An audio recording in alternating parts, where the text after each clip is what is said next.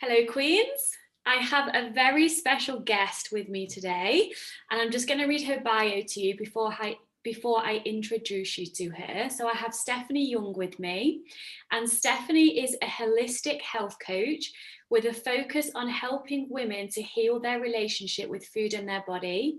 After having struggled with an eating disorder in her teens, she is deeply passionate about helping women unlearn toxic diet cultures and instead embrace and accept themselves unconditionally. Steph is also a 200-hour certified yoga teacher, amazing, lover of all things intuitive movement and passionate about sustainability. So welcome, Stefanie, to the podcast. Thank you for having me. I'm excited. It's an honor, absolute honor. And I love your website. I've clearly had a stalk, a website social media stalk. So I have so much great questions to ask you. But first and foremost, as always, I would like to just fire 10 questions at you. That's okay? Yeah, that's Okay, great. so number one, where do you live and what is your relationship status?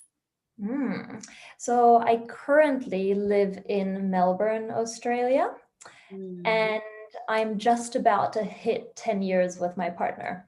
So Wow, it's been a while. amazing. And what's your favorite food, number two? Easy. Hummus.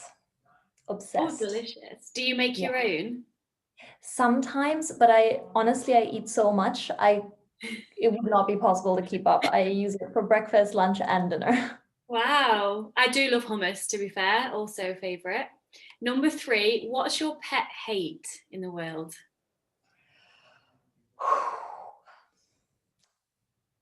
There are a couple, but if I had to choose one, the one that came to my mind is really, really slow walkers.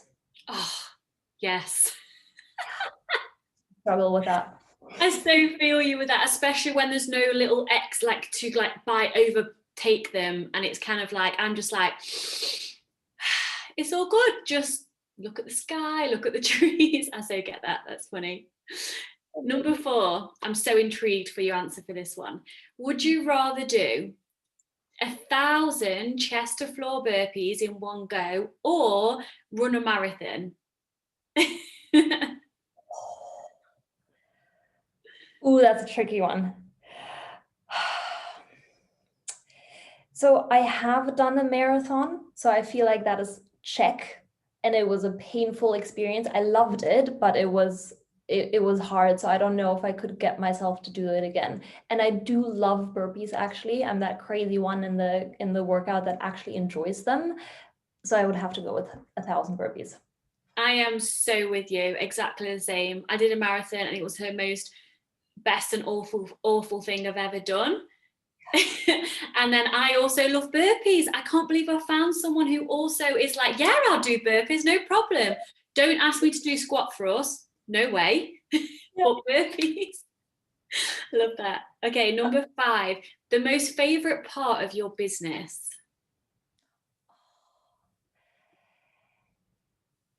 The final session with a client, when we look back at everything they've achieved and everything they've processed and the progress that they've made, and then just realizing that, wow, I've got my life back.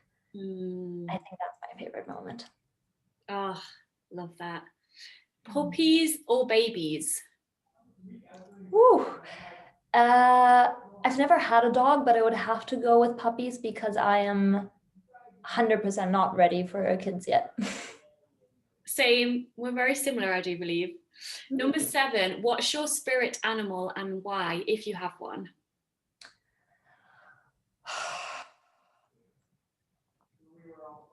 Phil always, so my partner, he always says like a very grumpy cat. That's his answer.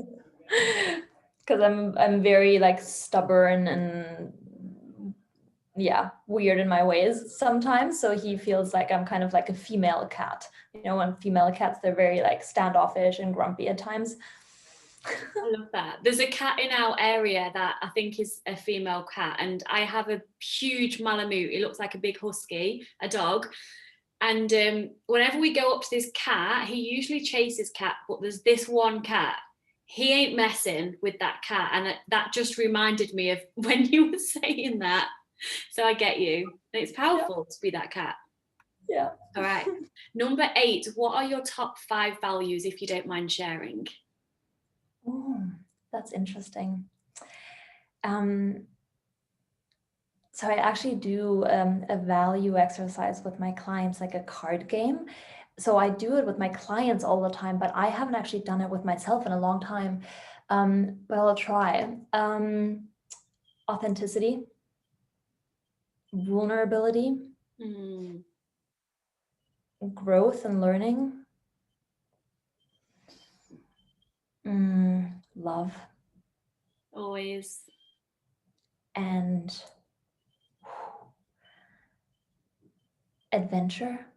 I love them. Sorry for putting you on the spot, because I remember when I got asked that before and I was like, I really should know my values, because I ask my clients every day. Now I do, but it's such a powerful question to ask someone their values. Thank you for sharing that. And would you be able to share with us your morning routine? I'm pretty sure you've got one. I do, but I have to say it's forever changing. I'm very fluid with my routines, and I've done the whole rigid, crazy morning routine, trying to stick to it. These days, I'm a lot more fluid with it, but at the moment, I usually do my workout first thing in the morning. So at 6 a.m., I'm up and I'm doing my workout. And then I've got breakfast, and then I usually go for a little stroll to grab my morning coffee, and then sit down with my morning coffee and start my work at around 8:30. And then on days where I don't feel like working out, and again, very fluid with that, if I don't feel like it, I just don't. On those mornings, I love to read in the morning. That is such a sacred time. And then I'll just make myself a cup of tea or bone broth and sit there. And we've got really beautiful morning sunlight coming into the apartment. So I actually really enjoy those mornings where I get to be in the apartment at that time and just sit there and sip my cup of bone broth and read my book.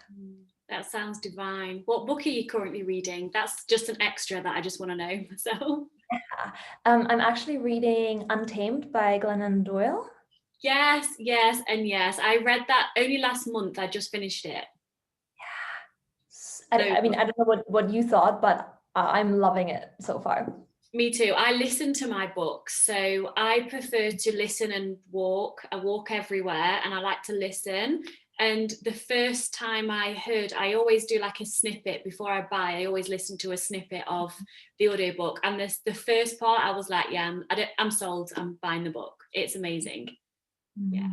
She's got such a beautiful way of sharing, like the storytelling aspect of it. It just hits home in a special way. Yeah, she's awesome. Anyone listening, if you haven't read that book, here is your sign. Untamed by, how do you say her name? I always say her name wrong. I'll leave you to say it again, Stefanie. I think Glennon Doyle? Glennon Doyle. I get mixed up with the name Glennon with Gwyneth, and I kind of make a made up name that isn't even a name. So, okay, and number 10, I am so grateful that you're here, but why did you say yes to coming on my podcast? Interesting one. I think podcasts are such a great medium to connect with people, but also to talk about this type of stuff, because it's really complex stuff and it can be really difficult to digest it just seeing it on paper. And I know for myself that at the time it was really, really helpful and therapeutic to just surround myself with this type of material as much as possible through reading, but also through listening and watching stuff. So I feel like the more content there is out there, the better for people who are struggling with it. And also with podcasts, you never really know where they're going to go and the direction they're going to take. And I love that adventure of, let's see where this conversation takes us. Yeah, I love that. And I started a podcast because when I was starting my healing journey, I found my coach through a podcast. So it's so interesting, like when I speak to thought leaders in this world, or even in the world away from food and body image, their channels that they use to communicate are more likely the ones that they found their savior, whether it would be YouTube or podcasts or whatever. And I think that's such a beautiful thing. So I wanted to give back, having listened to podcasts, and it saved my life. The first thing I did was, when I became a coach, was like, I'm just going to start a podcast. So I also love podcasts. Yeah, that's such a good story. Yeah, thank you. Okay, so I have stalked your website, as I've said, to prep this conversation. There's one quote I want to read from your website, and I would like you to just talk around that to start with. So you say, I'm a big believer that your relationship to food is a direct reflection of your relationship to oneself. In that sense, food can be a beautiful doorway to a deeper understanding of oneself. So I do believe I know what you mean by that, but can you please elaborate on, like, what does that mean? Yeah. The way I look at it is, the way that you eat is the way you live, and the way you live is the way you eat.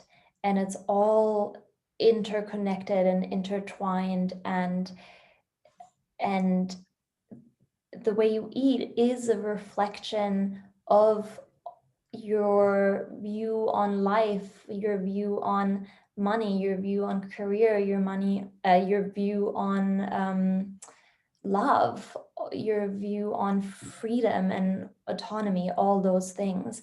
And I see it all the time with my clients. They come to me and they want to just fix their food issues. But in doing so, we actually open this huge can of worms, and we look at all the other areas of their life that they thought were unrelated to their food issues, but that are actually very much related to their food issues. And you know how I was just telling you, one of my favorite parts of my coaching work is like that last session with a client.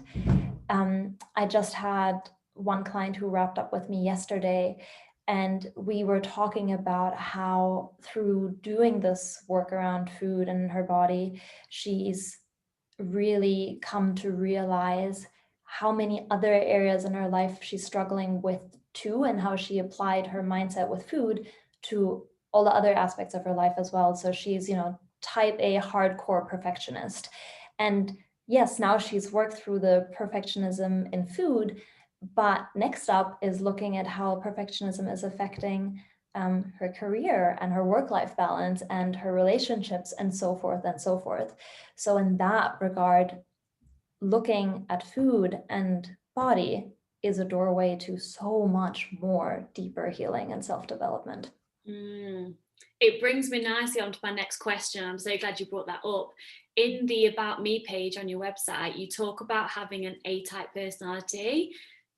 Me, myself, and I are also an A-type personality, along with, I would say, almost every single one of my clients. Do you believe that, the women that struggle with the relationship with food, when they tend to, like, their career, their workouts, like the other areas of life, they tend to just have on point, like they absolutely nailing it, and then they just can't get this food thing right? Do you see a pattern with A-type personalities and food disorders? Yeah, definitely. Absolutely. Although I can also think of some of my clients who wouldn't necessarily fit into that category. I would say 85% definitely are. Not necessarily so that they have all the other areas of life under control, but definitely that they approach those areas with a perfectionistic mindset. What I do see a lot of the time is that they are discontent in those other areas of their life too, but that's just because they have such incredibly high expectations on themselves. And the root kind of limiting belief that's there is, I am not enough. I'm not good enough. I'm not smart enough. I'm not doing enough for my career. So from the outside, they look like type A perfectionists, and they are, but they just never reach that level of perfection because perfection doesn't exist, but also because their expectations are just so incredibly high. Yeah, there's a quote, and I can't think of the lady who said it. You might know it. It says, perfectionism is just fear dressed up in high heels and a fur coat. Like, when I heard that, I was a perfectionist at the time when I heard that, and that kind of really resonated, because I used to pride myself on being perfect, all or nothing. I'm either doing it and I'm winning and I'm being the best, or I'm just not bothering. But actually, that's fear of actually showing up and maybe not being the best, and that's okay. And coming to peace with that was a long journey. It wasn't just one mindset shift of, okay, yeah, I'm cool in the gray area. It doesn't, it doesn't work like that. I see food disorders almost like OCD, like anxiety towards food. So if you imagine like someone who is OCD, like in the realm of cleaning in the house and things like that, where they have to have the cups a certain way, they have to have the kitchen this tidy. Whereas in my opinion and my experience, if we can kind of just, have a goal of having a tidy house, like have a goal of striving towards health and nourishing yourself, but not having it so like OCD, it needs to be this way, else I'm so anxious. It's a journey. How would you, when someone comes to you and they are all or nothing, what's the first thing you do to help them kind of welcome to the gray area? Mm-hmm. Mm-hmm. Can I just, you just made me think of something when you were talking about the OCD in the house. I just want to go on a bit on a tangent, if that's okay. Please do, yes. So I've got a client at the moment who is very much OCD when it comes to the house and the cleanliness. And she also really struggles with kind of having unfinished business or unfinished projects, or even like not finishing a book, even though she doesn't like the book. Like just having that unfinished there is really anxiety inducing for her. And one thing that she's been really struggling with on the food front is that whenever she starts a bag of chips or a block of chocolate, she will always finish the whole thing. And so we were for a long time approaching it from, okay, why is that? Are you physically restricting? Are you mentally restricting? Are you not allowing yourself to have it? So that's why you overeat. But we realized actually that a big part of that was just that drive to complete things, because she can't have unfinished business. So for her, that like half empty bag of chips was stressing her out, because it was like, I haven't finished this project almost. So that, that's, I think, a perfect example of how the way you eat is the way you live, and the way you live is the way you eat. And it's so interconnected, and it shows up in such bizarre ways sometimes. That is so powerful. And do you know what? I have never looked at it that way. Even though it's kind of so obvious now you say that. Thank you for sharing that, because it's not just about mental, emotional, physical restriction, as you've just clearly shown. Like, wow, that's just landed with me. So thank you for sharing that. That makes so much sense. Yeah, wow. So how would you, I know it's a journey, and I know you're not going to give all your secrets away in, one conversation, but like, what would be the first thing that client, for example, that you would ask her to practice and to work on? Is it purely just doing the action of leaving it on purpose, like not eating? Mm-hmm. Yeah, so with her, for example, I've actually challenged her to, leave unfinished stuff around the house. Just have that book that she hasn't touched for 5 months on her bedside table, and just be okay with it being there. But more generally speaking, I think you can approach it from two perspectives. One is lowering your expectations on yourself. And the second one is learning to be okay when you don't meet those expectations. Mm-hmm. And personally, I always really, really struggled when people told me, you just need to lower your expectations. Like, you need to just not want to do so many things and expect so much of yourself. Mm-hmm. And that would just boil my blood. And my boyfriend will attest to that, because he was always the one who was trying to get me to just lower my expectations. And that always felt wrong to me, because deep down I always knew, no, this is my superpower in some way if I can learn to use it correctly. So I actually think that saying that and putting that out to my clients is really helpful, because they don't feel like I'm trying to what's the word, curb their drive and their determinism and their energy and their workforce and their work ethic. What I prefer to work on first is to get them to a point where when they don't meet their expectations, can you show up for yourself with kindness and compassion? That is, again, so powerful. I resonate so much. Like when someone said to me, lower your expectations, in my internal world, they've just said to me, just be a failure and just be normal. And for me to be, quote, normal or standard, or like, was the word, like, it's the worst insult anyone could ever give me, because for some reason in my life I needed to be the best in order to feel loved, you know. And that's a limiting belief of mine, but I so feel you. And there's my coach, Shanae Momoko, she has a quote, and she says, high standards, low expectations for yourself, meaning that, you know, let's use the gym as an example. So, you know, set the standard for yourself that I'm going to train like 5 days a week and make that happen. However, if you wake up one day and your body's actually like, hey girl, I'm actually like really quite sore, like, can we take a rest day? Instead of being, no, I absolutely must, because on my training day, you know, the regimented A-type, all or nothing, be okay with checking in with yourself and being like, do you know what, let's just go on a little walk today instead, because you've not, like, quote, let yourself down. You've actually listened to your intuition, listened to self, and been okay with that. And so that was such a big thing that I took on board, and I do every day. I have a training plan, but if I don't feel like it, only I know if I need to kick myself up the bum and actually do it because I feel lazy, or my body's like, no, you actually need to just rest. And only we know that, but it's connecting to self-love. I love that. High standard, low expectations. Yes. I have a blog on it, so I'll send it you if you want to. I did a whole episode on it because it was such a powerful point in my life when I learned to implement that. Yeah, I would love that. Yeah. And I would love to go a little bit into your story, Stefanie. So you suffered from anorexia and bulimia. What do you think, was there a point in your life that kind of was responsible for that? Or do you think it was gradually kind of ongoing? I'm really interested. Yeah. It was definitely not just one thing. It was an accumulation of a couple of different things.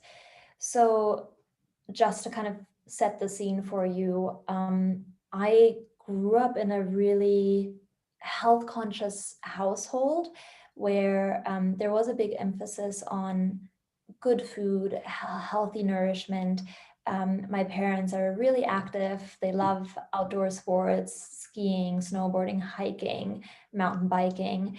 And that was always a really natural part of my life, never in a restricted or forceful way. That was my norm. Had no idea what dieting was. Never had any concerns around my body. Like it didn't even cross my mind. And then when I was 17, I moved to Dubai. I've got a bit of a third culture kid background and moved around a lot. And being in Dubai as a 17-year-old girl is just very toxic environment. At least for me at the time, that's how it felt. It was all just about looks and money. And I wasn't used to that, and I was kind of thrust into that environment.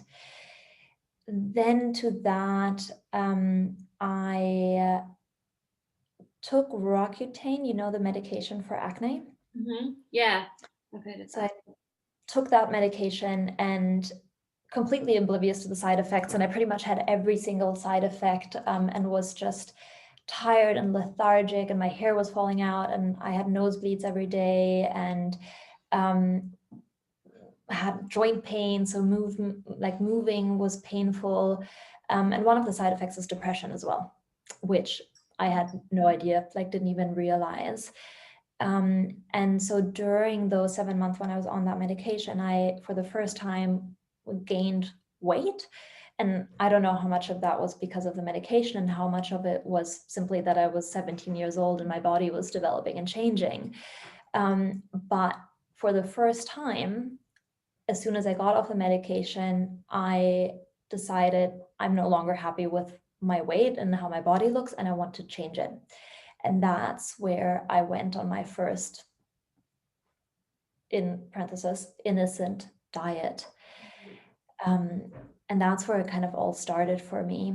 So it was that combination of being in a toxic environment at such a vulnerable age, the medication that obviously messed with me on a biological level, and the type A perfectionism. And that was kind of the perfect shitstorm that set it off for me. And it started more on the really restrictive spectrum. So heavily under eating, over exercising, being really, really brutal with myself.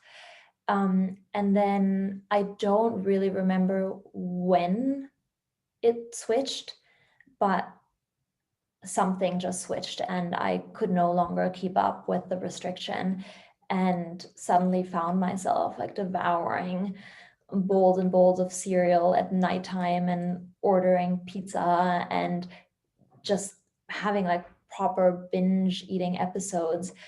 And that then led to bulimia, and that was the majority of my struggle. So even though I started with the restrictive background, it then switched to bulimia and binge eating. And I think, that's not a very uncommon story. That is how the trajectory goes for a lot of people.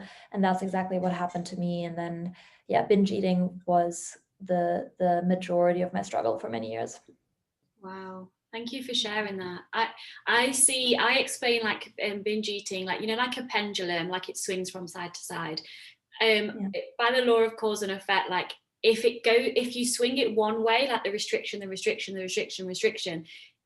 going to go the other way. So however long you manage to keep it up there for, like I kept it up the other end for like years, and then years after it flew the other way, and you think you're like, there's something wrong with you, because why can't you literally stop eating? Like I used to be a professional liar around food. And you lie to loved ones, like, even when I was anorexic, I would like get the toaster and turn it upside down so it looked like there was breadcrumb, and I was like, oh yeah, I've had some toast, and my mum will be like, okay, good girl, because she knew there was some issue there. And then fast forward years before that, I would like hide wrappers and be like, oh, I'm just not very hungry because I've eaten like 12 donuts like in the car or something. And I can laugh about it now, but it's not really a laughable matter, because I had severe eating disorders, and it wasn't until I reached out for help. I mean, even when I was anorexic, I didn't want to get better. My mum kind of forced me, and I'm glad she did. But what was your healing journey like? Did you reach out for help, or did someone kind of rescue you without you wanting them to? Yeah, good question. For me, it was actually that lying piece that made me realize, wow, this is crazy. I don't want to keep going like this. And what happened is that I moved in with my then, and now partner. And this was the first time that I was living out of home, and I had gone to uni, and then I moved in with him. And that experience of living with someone else made me realize how much I was living a double life. Because exactly like you just described, I was just lying and hiding and saying I'm going, to do XYZ whilst I was going to the gym at 10 p.m. at night. He would come, I would hear the key in the lock, and I would frantically try and clean up all the food wrappers. I would wait till he left the apartment so that I could throw up. Like, it was just madness. And I think that was such a blessing in disguise that happened, even though at the time it was so incredibly confronting and painful. But I had to be cornered in that way to actually start realizing, okay, something's going on here. Like, this is not normal anymore, and I do not want to live my life like this. Yeah, wow. I love what you said on your website, that an eating disorder keeps the world small. Like, I love that so much. Like, what have you personally, since you've healed from your eating disorder, how big is the world to you now? Like, what have you achieved since, all we did is focus on food and body image, which is a full-time job in and of itself. What's opened up to you since you've healed? Yeah, I love that. That's such a good way of putting it. Everything, like honestly, everything. I'm a better daughter. I'm a better friend. I actually have the headspace and the brain capacity to be compassionate and empathetic towards my friends and be a good listener. I'm obviously way better of a partner, because for the first couple of years, so much of our dynamic in the relationship was that he was tiptoeing around me and making sure that I was okay. Um, I've got back my sense of adventure and spontaneity because, it affected everything. Like just before we started recording, we were talking about the trip I just did to Tasmania. And every time I travel, I think back to how anxiety inducing traveling was, because the entire time I was thinking about, okay, can I check the menu of this restaurant before we get there? I was taking my supplements and my protein powders and everything with me because I needed that sense of control. Like, yeah, I could go on and it affected everything. So really to put it into one word, I got my freedom back. I just had a cold shiver, like, which means to me, like, source, God, whoever you want to call it, is like coming through me saying, like, yes, this is just resonating so much. I remember I used to go out for meals and legit take my Tupperware with me. Ugh, like, I wasn't even prepping for a show or anything. Like, I wasn't prepping for a bodybuilding show. I was just on it, and I'm doing quotes if anyone's listening and not watching. Like, I genuinely thought it was a good thing for me. And of course, I'm not slating people who genuinely enjoy that. That is a big part of people's life in the fitness world, and that's completely fine if they're happy doing that. But I was lying to myself. I was just longing to just eat a frigging chip or a cheesecake, but I was like pretending that I was all almighty and so disciplined and dedicated, fully in masculine energy, like for so many years of my life, where I was taking Tupperware to like dates and things. And if my mum said to me, oh, let's just go for a coffee and cake, I would be angry at my mum for how dare she suggest to go for a cake when it was a Wednesday and it wasn't my cheat day. Like, it takes over your whole life. And what really resonated with me on my healing journey, was, when we contemplate death, and this isn't a morbid thing, like, I'm not scared of death at all. And I think actually having death at the forefront of your mind on a day-to-day basis enables you to live more freely. If you like fast forward to anyone listening to you on your deathbed, and you look back over your life, are you honestly going to be so happy and fulfilled that you managed to have six-pack for like your whole life?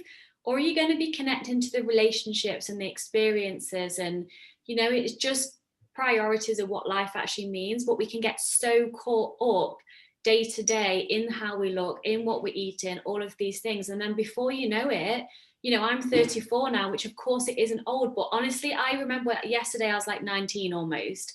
Time goes. And just take a note of like where your life's actually going. And if you want true food and body freedom, obviously reach out to Stefanie, reach out to me, which brings me on to my next question, Stefanie. How do you define health? Because you're a very like healthy person. It's obvious that you nourish yourself. Like, how did you go from like having eating disorders to actually wanting to nourish yourself? Because there's a fine line, isn't there, between health and then nourishment from a place of love? Yeah, this is a very, very tricky, I think, area of the whole healing process. And I do think that the people who choose to continue making health and fitness a priority in their life, it is a bit more difficult for them because it is very challenging to walk that fine line. And it can very easily sway too far to one side.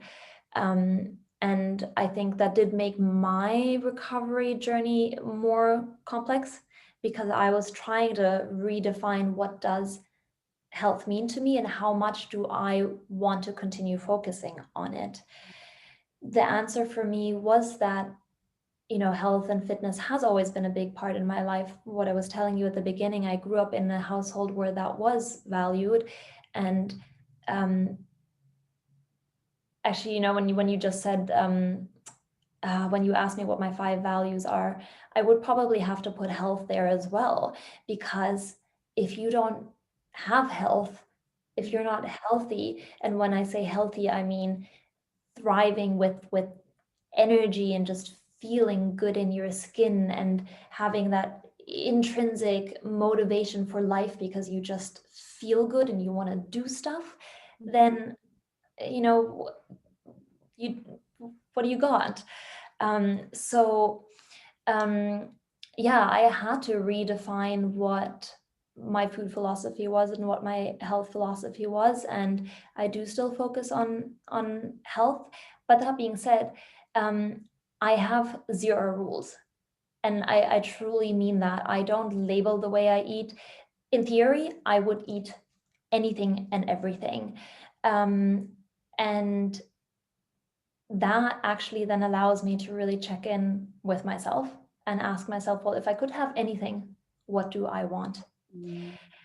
And even now, at the moment, for example, I'm working with a naturopath because I've had, for years and years and years, I've had skin issues, and I've continuously had acne flare-ups and didn't really understand where they were coming from.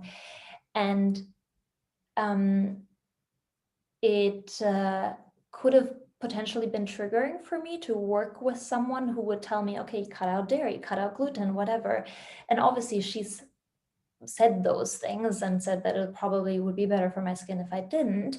And right now I'm following that. So, if I were to really break it down, like, there are certain things I eat and certain things I don't eat, but in theory, I give myself the unconditional permission to eat them, which means that, for example, this weekend when we were in Tasmania, I had dairy, I had gluten, and it was absolutely no problem because I didn't place those rules on myself.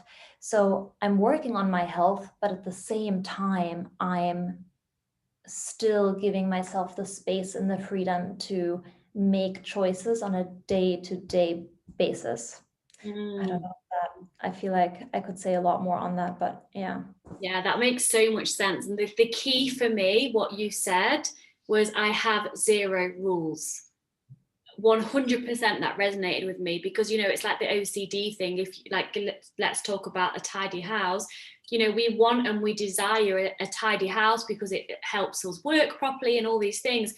It's like we desire health, we desire to feel good. But in my opinion, by the amazing, who is my mentor, Isabel Fox and Duke, she says, dieting is not an action, it's a state of mind. So, someone could eat, and I'm going to use a label and quotes, keto, genuinely because they're not dieting, they're not following keto, they literally feel good eating that way. It's not an action. And you're so right, Stefanie, there's like a fine line in this work between health and then restriction, because if clients come to me at the beginning, we don't start working on the quote health straight away, because then it just goes straight to the black or white, all or nothing. We have to create that, the body image work and the self-love and the trust and the freedom. And then if health's a value of theirs, we can then start looking at health from a 0, I'm going to use your quote, 0 rules philosophy, and checking in and being like, do you know what? Am I going to feel better after eating the kilogram of chocolate? Or am I going to feel better having a cheese omelette with a little bit of chocolate after? From 0, it's not like you have rules. You can have whatever you want, but taking the time to check in and take back your power and give yourself the choice. So I love what you said, 0 rules. And there's a woman I want to share with you. She's a naturopath. She's called Gillian Murphy, Dr. Gillian Murphy. She's on Instagram as Food Freedom Body Love. And I actually had her on the podcast a few weeks ago, and it just resonated with me what you said about the cutting out dairy and things like that for your skin. she's an expert in health at every size and food freedom and doing those things. So yeah, that's just what I wanted to share her name with you. Yeah, interesting.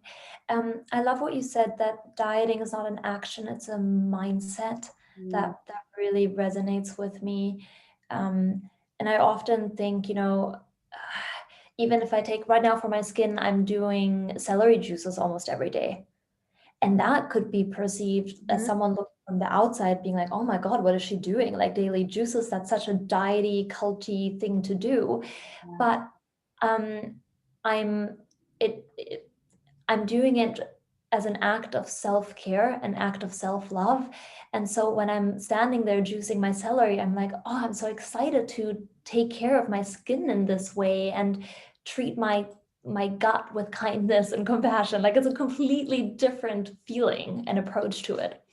Yes, it's that intrinsic versus extrinsic, isn't it? The motivation from, you and I both love working out, and we both work out because we like to feel like a badass, strong, fit woman from the inside. It's not because we don't feel good enough, so we need to look this way and we need to do it to burn calories. There's two people that can do the same action, but if one is acting from a place of love and one is acting from a place of lack or fear or not enoughness, there's so different motivations for doing the thing. So I love what you said about drinking a celery juice. People are so quick to judge, especially if they're in the anti-diet world.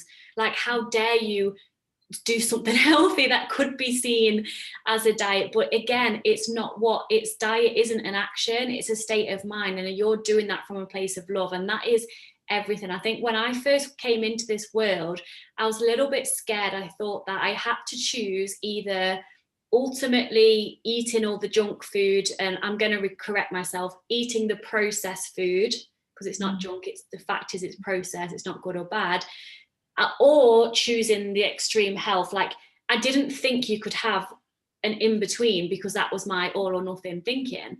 But you can have, mind, body, spirit, nutrient, health. You can have a green smoothie and a green juice because you actually want to nourish your body. You can say no to the chocolate, but you can also say yes as well without no guilt. And that's, to me, what true food freedom is. It's not just about going hell leather and having everything on the menu just because you can. It's also taking care of yourself. And there is a fine line for sure. And it's up to us to spread the message, which we are doing, about health can be achieved. It's about redefining health and taking care of your mindset, your heart, yourself, whilst striving towards that. Yeah.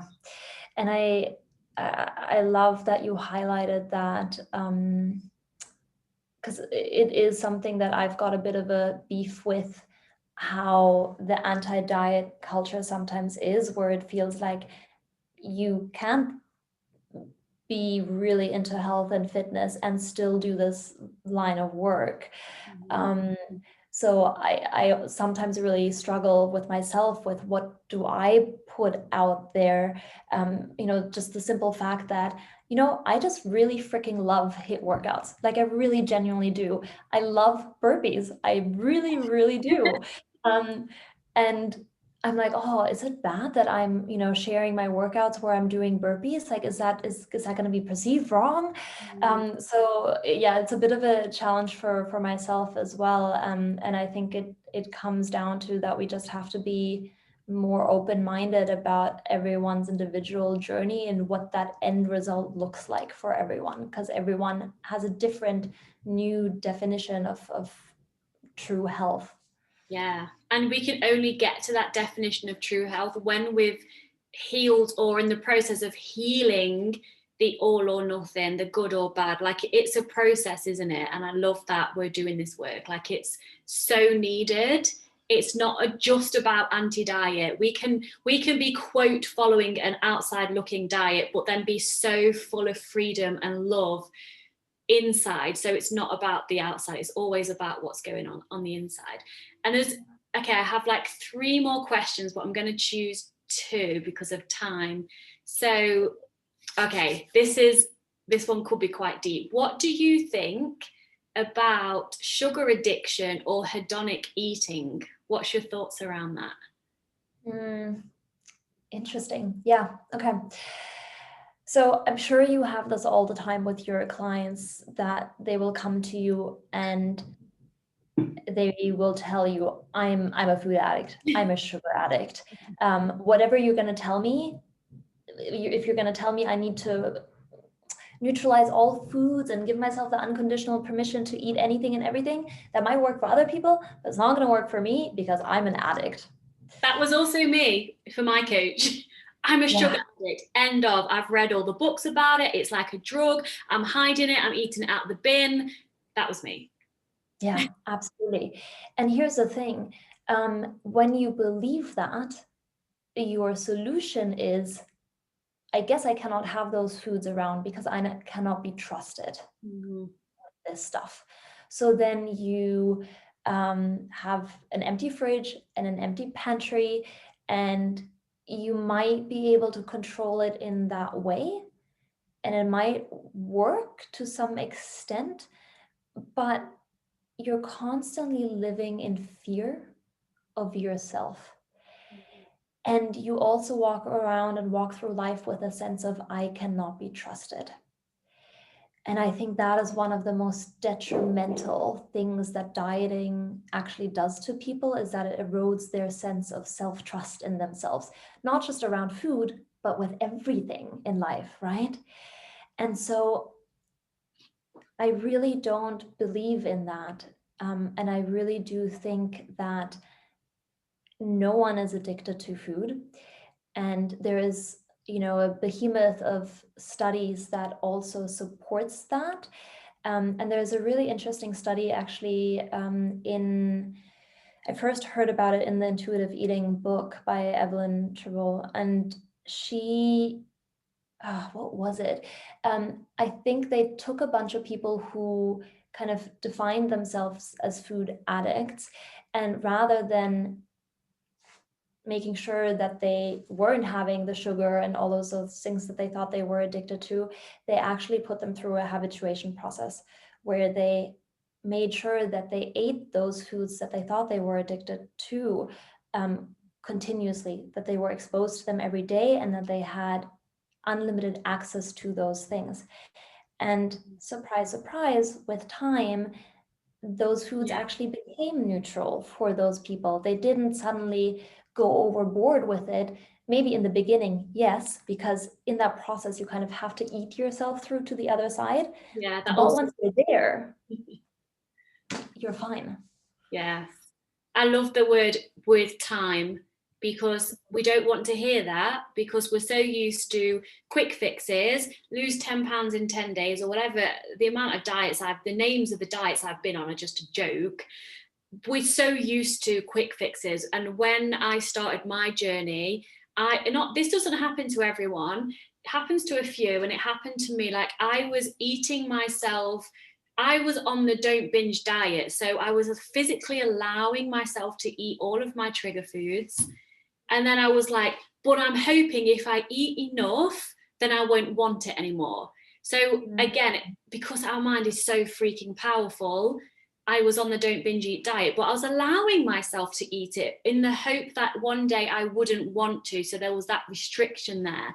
It wasn't until I remember, like, I first started with my coach and I was like, I've binged again, I've binged. And she just was like, and love yourself through that. And I was like, what? And I was almost angry at her. I thought in the beginning, why have I just invested like $2,000 to be told it's okay to binge? Like, I was fuming.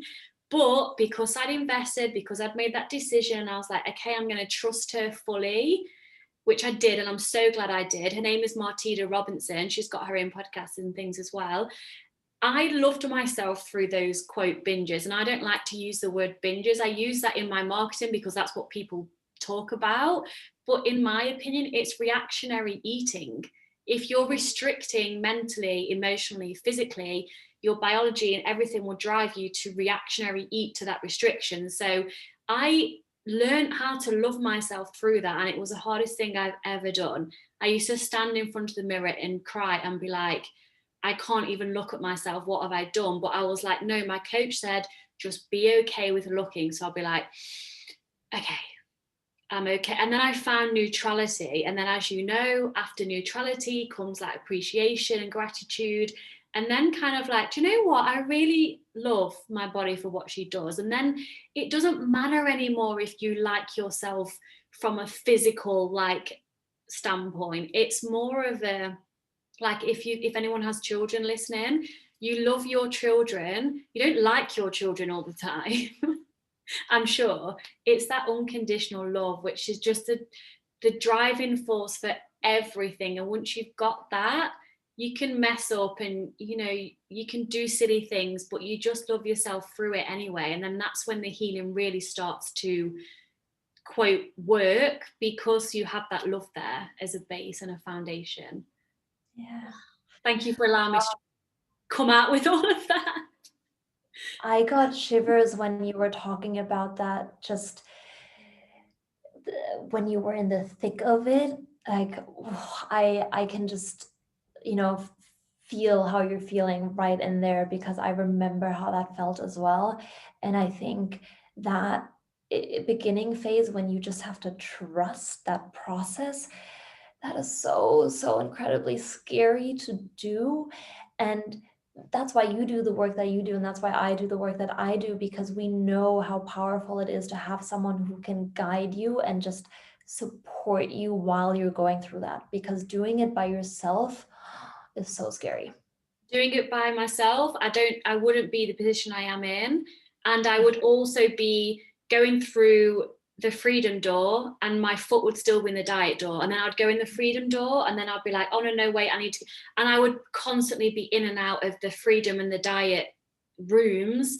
So to have a coach, like before we even started recording, to have a coach is the best thing I've ever done, which is why I became a coach, because it's such a powerful, valuable thing to have someone holding that space for you, having the knowledge, having the intuition and the wisdom to guide you as an individual through the process. Because, you know, yes, you can Google everything. Google has the answers to everything. My podcast, if you listen to them and sifted through them, you could find Food and Body Freedom through all the content I give. But there's a difference between going it alone and having that love, that support.